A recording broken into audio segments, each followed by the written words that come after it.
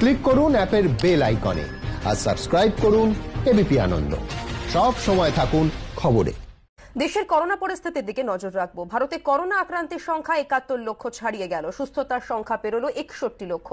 এই নিয়ে ৬৭ দিন দৈনিক সংক্রমিতের সংখ্যায় ভারত বিশ্বে ১ নম্বরে। দেশে দৈনিক মৃত্যু ও সংক্রমণ কমলো, তবে উদ্বেগজনক হলো দৈনিক সুস্থতার সংখ্যা কমেছে। ভারতে এখনো পর্যন্ত করোনায় মৃত্যু হয়েছে ১,০৯,১৫০ জনের। আক্রান্ত ৭১ লক্ষ ২০,৫৩৯। গত ২৪ ঘন্টায় মৃত্যু হয়েছে ৮১৬ জনের।